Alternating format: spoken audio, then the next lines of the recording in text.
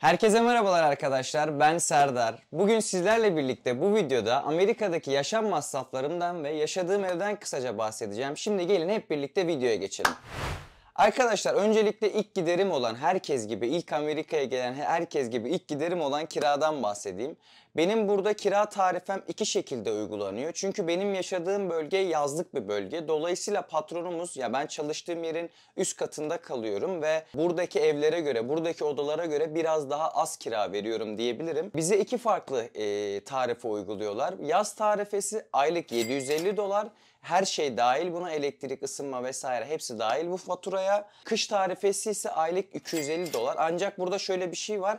Ben paylaşımlı odada kalıyorum ve iki kişi kalıyoruz. Yani yazın 750 verdiğimiz zaman yazın $1500 yapıyor. Kışın ise 250 verdiğimiz zaman $500 yapıyor yaşadığımız odanın kirası. Ancak kışın şöyle bir şey oluyor. Hani dedim ya daha demin yazın her şey kiraya dahil. Ancak kışın her şey kiraya dahil değil.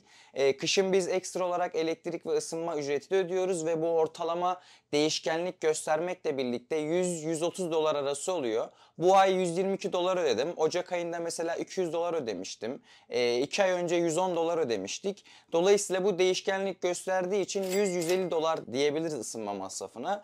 Ve kışın da kirayla ısınma masrafı birleşince toplam $400 diyebiliriz buna. Burada benim bir telefon faturası masrafım oluyor. Buna da ben $55 ödüyorum aylık. $3 da vergi kesiliyor. Toplam $58 oluyor. Ancak bunu biraz daha düşürebilirim. Çünkü buradaki telefon şirketlerinin yaptığı kampanyalar oluyor. Örnek veriyorum 4-5 arkadaş veya 4-5 kişi grup halinde o şirkete başvurunca bu faturayı $40 kadar falan düşürebiliyorsunuz. Bunu da en kısa zamanda yapabilirsem, birilerini bulursam bu masrafımı da biraz daha aşağı çekmek istiyorum. Ayrıyetten bir spor masrafım oluyor. Spora gidiyorum ve burada aylık $30 ödüyorum. Yıllık abonelik şeklinde satın aldım. Yıllık $360 geliyor. Aylık $30 spor masrafım var. Şimdi market alışverişim ne kadar tutuyor arkadaşlar? Ben öncelikle haftanın 7 günü bir restoranda çalışıyorum. Restorandan yemek yiyebiliyorum. Dolayısıyla market alışverişi ne çok para ayırmıyorum. Ancak böyle gittiğimde abur cubur vesaire, spora da gittiğim için bazen tavuk vesaire alıyorum. Buna da ortalama aylık $150-200 diyebiliriz. Dışarıdan yemek yazmışım bir de. Dışarıdan yemeğe de $50 diyelim arkadaşlar. Çünkü çok dışarıdan yemiyorum. Dediğim gibi restoranda çalıştığım için oradan yiyebiliyorum ama ara sıra böyle dışarıdan da yiyebiliyorum. Öyle söyleyeyim. Kıyafet giderime ise $75 yazmışım arkadaşlar. Bunun ortalamasını alıyorum. Tabii ki de aylık $75 veya her ay $75'lık alışveriş yapmıyorum. Bu şöyle. Örnek veriyorum 4 ay önce ben bir alışveriş yaptım. Kışlık bir alışverişti. Buna ortalama ben $450 ödemiştim bu alışverişi. Ancak o günden bu yana doğru düzgün hiçbir alışveriş yapmadım. Şu an yaz geliyor. Yazlık bir alışveriş yapacağım. Yazın ise yine bir $350-400'lık alışveriş yaparım veya daha fazla. Buna da ortalama kıyafet giderime $75 yazdım. Şimdi benim kışın ortalama giderim $700-750 geliyor. Yazın ise $1100-1200. İşte biraz daha bunlar artabilir tabii, azalabilir. Daha benim eğlence vesaire giderleri olacak yazın mesela. Çünkü kışın burada yaşadığım yer benim yazlık bir yer olduğu için kışın burada 3-4 bin kişi oluyor. Yazınsa günlük olarak 100 bin kişiye kadar çıkabiliyor. Gerçekten çok farklı bir kasaba. Yani benim özetle arkadaşlar Amerika'daki giderlerim bunlardı. Çok fazla vaktinizi almak istemiyorum. Böyle hızlıca bunların hepsini anlatmak istedim size. Şimdi ben yeni bir odaya taşındım arkadaşlar ve bu odayı boyadık. Bu odayı birazcık değiştirdik. Hatta eşyaları da boyadık. Nereden taşındım bu odaya? Karşı odadan taşındım. Karşı odası biraz daha büyüktü ancak bu odanın manzarası, bir de ben tam merkezde oturuyorum yaşadığım kasabada. Karşı odanın manzarası biraz daha, nasıl diyeyim, buranın manzarası daha iyi. Bir de karşı oda arkadaşlar yazın çok sesli oluyor. Tam merkezde oturduğum için insanlar sürekli geçiyor. İşte sesler oluyor. Tam altımızda restoran var zaten. Tam çaprazımızda bir tane club, gece kulübü var. Dolayısıyla çok sesli oluyordu. Biz de buraya taşındık. Şimdi ben size yaşadığım odayı birazcık göstereyim. Yaşadığım evi birazcık göstereyim. Daha sonra da videoyu bitirelim. Şimdi arkadaşlar burası benim çalışma masam. Şöyle ışığım da bozulmuştu, yeni yaptım. Şöyle göstereyim. Şunları hep biz boyadık. Burası benim yattığım yatak. Hi chat. Do you wanna say something? Hey guys, all the YouTubers out there, this is my roommate Pac. He's a good guy. He's trying to make his life on the YouTube, streaming, family, whatever. So give him some likes, give him some shares, and subscribes to his channel. He's a good guy. Yeah bro, thank you. Checking all the time. Yeah, you too. You are the man. Real man. Arkadaşlar bu arada chat gerçekten çok iyi bir oda arkadaşı. Çok iyi bir arkadaş. Vallahi çok şanslıyım. Ben size şöyle odamızın manzarasını göstereyim. Yani demiştim zaten size buranın manzarası çok iyi diye. Direkt okyanusa bakıyor yani. Böyle bir kasabada yaşayıp böyle bir manzaraya sahip olmak beni şanslı hissettiriyor açıkçası.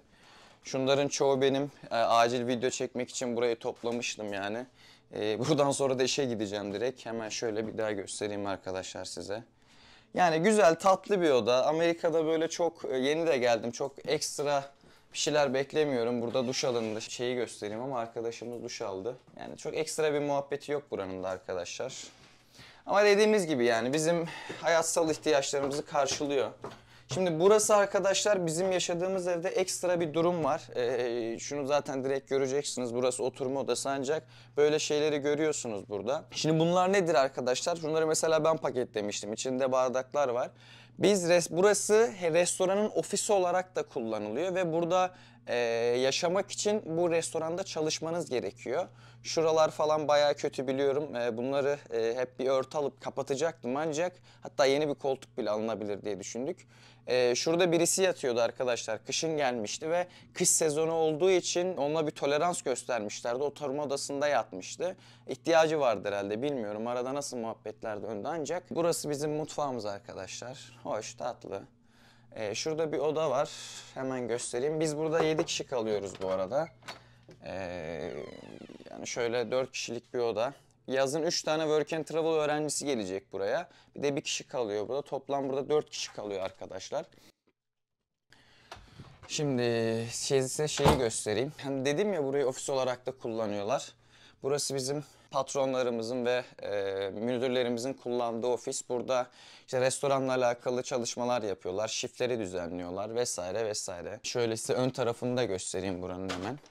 Bakın şurası tam şehrin merkezi yani arkadaşlar gerçekten. Buraya şu anda daha yaz gelmedi ve burası yazlık bir yer. Burası ana baba günü oluyor ve iğne atsanız yere düşmeyecek şekilde oluyor yani. Ve çok güzel bir kasaba gerçekten. Çok özel bir kasaba. Amerika'ya ilk ayak basılan yerlerden birisi burası yani. İlk Amerika'nın böyle nasıl diyeyim şehirleşme mi diyeyim tam aklıma gelmedi nasıl tarif ederim ama ilk yerlerinden bir yer yani. Tarihsel anlamı da var. Şimdi birazcık dışarıyı göstereyim ben size. Ya arkadaşlar çok güzel değil mi ya bence manzarası? Benim çok hoşuma gidiyor gerçekten. Hem verdiğimiz kiraya göre yani yaşadığımız yer, kazandığımız paralar bunların hepsini bir araya getirince gerçekten ben kendimi çok şanslı hissediyorum bu konuda yani çok iyi denk geldi. Ama buraya gelmek için de ben bayağı zorluk çektim arkadaşlar. Vizemi İtalya'ya gittim, İtalya'dan aldım. İsrail'den vize almıştım, oradan alamadım. Şöyle de göstereyim. Bu arada bakın buranın en sevdiğim yanlarından birisi daha arkadaşlar. Şurası gördünüz daha demin. Şöyle hatta hemen bir işe gideyim. İşe gideceğim zaten birazdan. Şimdi burası ev. Evin kapısı. Çıkıyoruz. Çıktım. Evet. Yürüyorum. Merdivenlerden iniyorum. İniyorum. İndim. Ve iş yerindeyim arkadaşlar. Burası benim iş yerim. Şuradan hemen şöyle gidiyorum ve iş yerine direkt varıyorum. Çok uzun yol değil mi? Ay be çok güzel denk geldi evet. Şimdi arkadaşlar özetle hatta şurayı da göstereyim mi ben size? Yolu da hemen bir göstereyim. Evi gördünüz. Ev özetle böyleydi arkadaşlar. Yani memnunum, çok memnunum açıkçası. Belki bu yazdan sonra farklı bir eyalete taşınırım. Çünkü burada üniversite okumak istiyorum. Tam emin değilim ancak bakacağız. Şimdi burası da kasaba arkadaşlar. Kasabanın işte şöyle gösterebilirim özetle. Yani gerçekten buradaki evler arkadaşlar çizgi filmlerden çıkmış gibi. Her gördüğü hatta gece de çok güzel oluyor buralar. Bir de ben size burayı yazın göstereceğim. Bakın şimdi böyle hiç kimse yok gibi gözüküyor değil mi? Gerçi şu an havalar güzelleşti, insanlar gelmeye başladı. Bundan 1-2 ay önce gerçekten ölü gibiydi. Zaten benim bu YouTube kanalını açma sebeplerimden birisi de buydu yani. Çok canım sıkılıyordu. Hiç kimse yoktu. Özellikle bizim yaşımızda insanlar da yok burada. Ama yazın bakın şurada 2 tane bir kere trafik polisi oluyor şuralarda. Buradan birine sağa geç diyor, birine sol geç diyor. Buradakini durduruyor vesaire. Dolayısıyla yazın çok farklı bir yer oluyor burası. Özetle arkadaşlar ben size yaşadığım ev ve Amerika'daki yaşam masraflarımla ilgili bunları söyleyebilirim. Çok fazla zamanınızı da almak istemiyorum. Ben buraya kadar izleyen herkese çok teşekkür ediyorum ve beni desteklemek için ve beni desteklemek için ve bana destek çıkmak için tam destek. Videomu beğenip yorum yapıp kanalıma da abone olabilirsiniz. Destekleriniz için hepinize çok teşekkür ediyorum. Yeni bir YouTuber olduğum için bunları benim için gerçekten çok önemli. Hem motivasyon açısından hem kanalımın gelişmesi açısından. Tekrardan teşekkür ediyorum arkadaşlar. Hepiniz kendinize çok iyi bakın. Esen kalın. Görüşmek üzere.